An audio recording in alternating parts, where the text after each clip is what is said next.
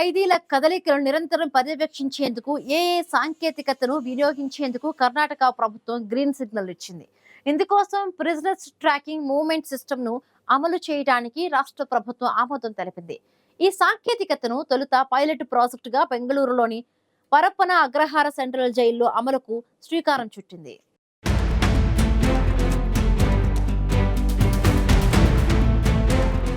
కర్ణాటకలోని పలు జైళ్లలో ఖైదీలకు ప్రత్యేక వసతులు కల్పించడం, వారికి సెల్ ఫోన్, ఇతరత్రా సౌకర్యాలు అందుతుండడంపై తీవ్ర స్థాయిలో విమర్శలొచ్చాయి.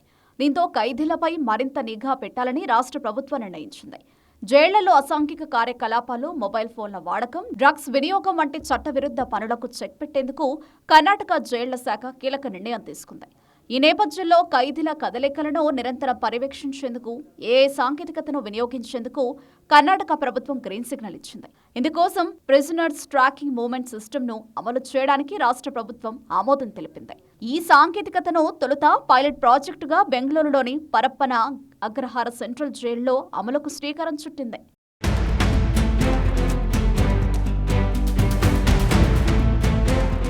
కర్ణాటకలోని జైళ్ల పరిపాలనలో పూర్తి పారదర్శకత, జవాబుదారీతనమే లక్ష్యంగా ఈ ప్రాజెక్టును తీసుకొచ్చింది రాష్ట్ర ప్రభుత్వం. 2.25 కోట్ల అంచనా వ్యయంతో చేపడుతున్న ఈ వ్యవస్థను కేవలం 3 నెలల్లో పూర్తి చేయాలని జైళ్ల శాఖ లక్ష్యంగా పెట్టుకుంది.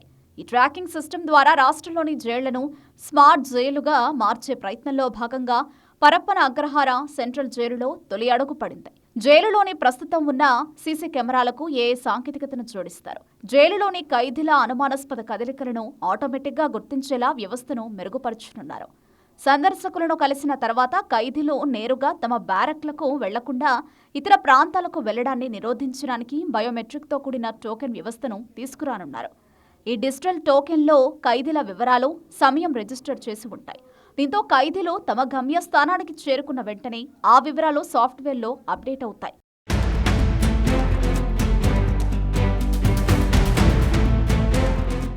జైలు క్యాంటీన్లో బన్స్, బిస్కెట్లు వంటి వస్తువులు కొనుగోలు చేసే సమయంలో ఖైదీలు వ్యాలెట్ లేదా టోకెన్ ద్వారా చెల్లిస్తారు. ఎవరు ఏమి కొనుగోలు చేశారో, ఎప్పుడు కొనుగోలు చేశారో, ఎంత మొత్తం ఖర్చు చేశాడో అన్న వివరాలన్నీ డేటాలో నమోదవుతాయి. ములాఖత్ రూములు, బారక్స్, వంటశాల, work space, court video conferencing room, క్యాంటీన్స్లో లావాదేవీలు, అన్ని ప్రదేశాల్లో ఖైదీలు ఎంతసేపు గడిపారో, ఎవరిని కలిశారో లాంటి డేటా కూడా 24 గంటలు ట్రాక్ చేయడానికి జైళ్ల శాఖ ప్రధాన కార్యాలయంలో ఒక ప్రత్యేక కమాండ్ సెంటర్ను ఏర్పాటు చేయనున్నారు. ఇక్కడ నుంచి బెంగళూరు జైలుతో పాటు రాష్ట్రంలోని ఇతర కేంద్ర జైళ్లలోని కదలికలు కూడా పరిశీలించవచ్చు. ప్రస్తుతం బెంగళూరు జైలులో సుమారు 5,000 మంది ఖైదీలున్నారు. వారానికి 2 సార్లు మాత్రమే 10 నిమిషాల ఫోన్ మాట్లాడే అనుమతి ఉండడం వల్ల క్యూ ఎక్కువగా ఉంటుంది. దీన్ని దృష్టిలో పెట్టుకుని రాష్ట్రంలోని 8 సెంట్రల్ జైళ్లలో మొత్తం 115 డిజిటల్ కాలింగ్ బూత్లు ఏర్పాటు చేయనున్నారు. ఆ కాల్స్ ను రికార్డ్ చేయనున్నారు. డిజిటల్ నిఘాతో పాటు విచారణలో ఉన్న ఖైదీలు, శిక్ష పడిన ఖైదీలు కలిసి నేరాలకు ప్లాన్ చేయకుండా నిరోధించడంపై అధికారులు ఫోకస్ పెట్టారు. ఇందుకోసం వ్యూహాత్మక నిర్ణయాలను సైతం తీసుకున్నారు.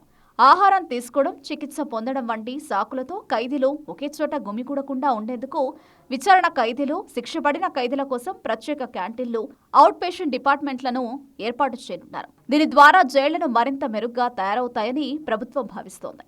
ఈ వ్యవస్థను తొలి దశలో పరప్పన అగ్రహార జైలులో అమలు చేసి తర్వాత రాష్ట్రంలోని అన్ని జైళ్లకు విస్తరించనున్నారు.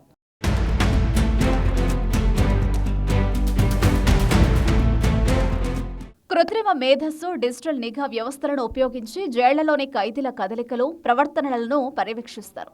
ఈ సాంకేతికత జైలు భద్రతను మెరుగుపరచడానికి, నేర కార్యకలాపాలను అరికట్టడానికి రూపొందించబడింది.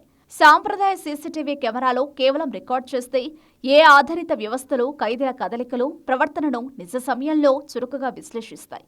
అధునాతన ఆల్గరిథంలు ఖైదీల కదలికలు, కదలిక వేగం, వ్యక్తుల మధ్య పరస్పర చర్యలను విశ్లేషిస్తాయి. ఖైదీలు తమకు కేటాయించిన ప్రాంతాల నుండి వెలుపలికి వెళ్లినప్పుడు కొట్లాటలు, హింసాత్మక ప్రవర్తనలు, ఆత్మహత్య ప్రయత్నాలు లేదా పారిపోయే ప్రయత్నాలు వంటి అసాధారణ లేదా ప్రమాదకరమైన ప్రవర్తన విధానాలను గుర్తిస్తుంది. ఏదైనా అనుమానాస్పద కార్యకలాపం లేదా భద్రతా ఉల్లంఘన జరిగినప్పుడు సిస్టమ్ తక్షణమే జైలు అధికారులకు హెచ్చరికలు పంపుతుంది. ఇది త్వరగా జోక్యం చేసుకోవడానికి వీలు కల్పిస్తుంది.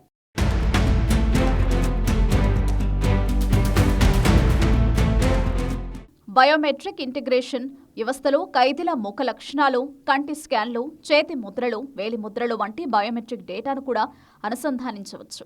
ఇది 24/7 ట్రాకింగ్ను, అనధికార కదలికలను నిరోధించడానికి సహాయపడుతుంది. ఏ యొక్క ఇమేజ్ ప్రాసెసింగ్ సామర్థ్యాలు, సెల్లలో లేదా ఇతర ప్రాంతాలలో దాచిన మొబైల్ ఫోన్లు, మాదక ద్రవ్యాలు లేదా ఆయుధాలు వంటి నిషేధిత వస్తువులను స్కాన్ చేయడానికి, గుర్తించడానికి ఉపయోగపడతాయి.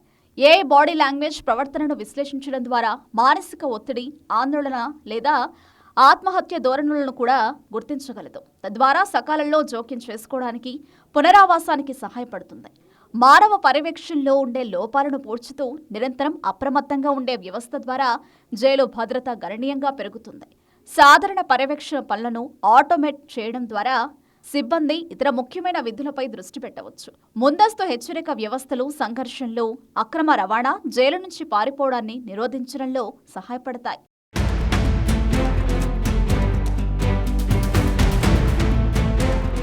జైళ్లలో ఏఏ సాంకేతికతను వినియోగించడం ద్వారా ఖైదీల కదలికలు, ప్రవర్తనలను నిరంతరం పర్యవేక్షించడం వీలవుతుంది. ఈ సాంకేతికత జైలు భద్రతను మెరుగుపరచడానికి, నేర కార్యకలాపాలను అరికట్టడానికి ఉపయోగపడుతుంది. సాంప్రదాయ సీసీటీవీ కెమెరాలు కేవలం రికార్డ్ చేస్తే, ఏఏ ఆధారిత వ్యవస్థలు ఖైదీల కదలికలు, ప్రవర్తనను నిజ సమయంలో చురుగ్గా విశ్లేషిస్తాయి.